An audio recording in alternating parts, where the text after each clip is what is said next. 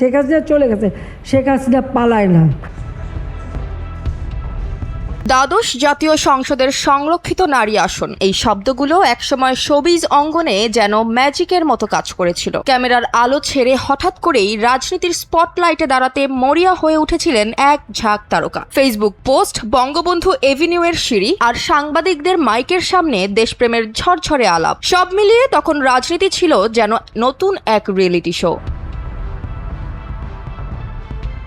প্রেক্ষাপট দ্বাদশ জাতীয় সংসদ নির্বাচন। তখন আওয়ামী লীগের কেন্দ্রীয় কার্যালয় ছিল তারকাদের আনাগোনায় মুখর। চিত্রনায়িকা সুবর্ণা মোস্তফা, তারিন জাহান, তানভিন সুইটি, রোকেয়া প্রাচী, মেহের আফরোজ শাওন, শামীম তুষ্টি, অপু বিশ্বাস, নিপুণ আক্তার, সোহানা সাবা, শাহানূর ও উর্মিলা শ্রাবন্তী কর।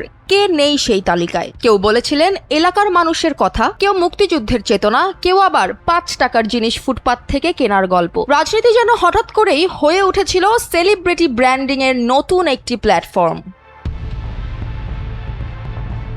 অপু বিশ্বাস বগুড়ার কথা বললেন আবেগে। বর্তমানে মৃত্যুদণ্ডপ্রাপ্ত আসামি শেখ হাসিনার স্বপ্ন বাস্তবায়নের অঙ্গীকার করেছিলেন। সোহানা সাবা বাবার মুক্তিযুদ্ধের ইতিহাস টেনে এনে জানিয়েছিলেন আওয়ামী লীগ ছাড়া দেশের কথা ভাবার উপায় নেই। শাহানূর বলেছিলেন আগুন সন্ত্রাসের বিরুদ্ধে মাঠে থাকার মিথ্যে গল্প। উর্মিলা শ্রাবন্তী কর নিজের লম্বা প্র্যাকটিক্যাল জার্নি তুলে ধরেছিলেন আত্মবিশ্বাসের সঙ্গে। সব মিলিয়ে দৃশ্যটা ছিল বেশ নাটকীয়, প্রায় সিনেমার মতো। কিন্তু সিনেমা আর রাজনীতির পার্থক্যটা যে চিত্রনাট্যে নয় বরং বাস্তবতায়, তা তখন কেউ ভাবেননি। মনোনয়ন ফর্ম কেনার মানেই যে মনোনয়ন পাওয়া নয়, সেটা যেন ভুলেই গিয়েছিলেন অনেকে। দলের ত্যাগী নেত্রী, মাঠের রাজনীতি, সংগঠনের দীর্ঘদিনের শ্রম, সবকিছুর ওপর দিয়ে হেঁটে আসা এই তারকার ঢল তখন অনেকের ব্রু কুঁচকে দিয়েছিল। সময় বদলাতে খুব বেশি সময় লাগেনি। 2024 সালের 5 অগস্ট দৃশ্যপট পুরো উল্টে গেল। খুনি হাসিনা সরকারের পতন, শীর্ষ নেতাদের দেশত্যাগ আর আওয়ামী লীগের রাজনৈতিক ভবিষ্যৎ নিয়ে ধোঁয়াশা, সবকিছু মিলিয়ে রাজনীতির মঞ্চে নেমে এলো ভূমিকম্প।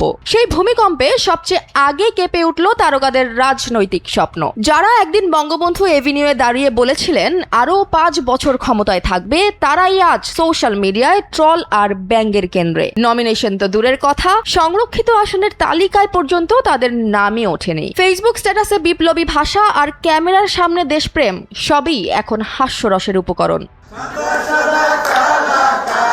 ত্রয়োদশ জাতীয় সংসদ নির্বাচনের দ্বার প্রান্তে দাঁড়িয়ে পেছনে তাকালে এই অধ্যায়টা যেন এক অদ্ভুত কমেডি ট্র্যাজেডি। শোবিজ তারকাদের রাজনীতির সেই ক্ষণস্থায়ী মোহ এখন ইতিহাস। আলো নিভে গেছে, ক্যামেরা বন্ধ, থেকে গেছে শুধু স্মৃতি আর নেটিজেনদের ঠাট্টা, যা মনে করিয়ে দেয় রাজনীতি কোনো সিনেমার দৃশ্য নয়, এখানে কাট বলে কিছু নেই।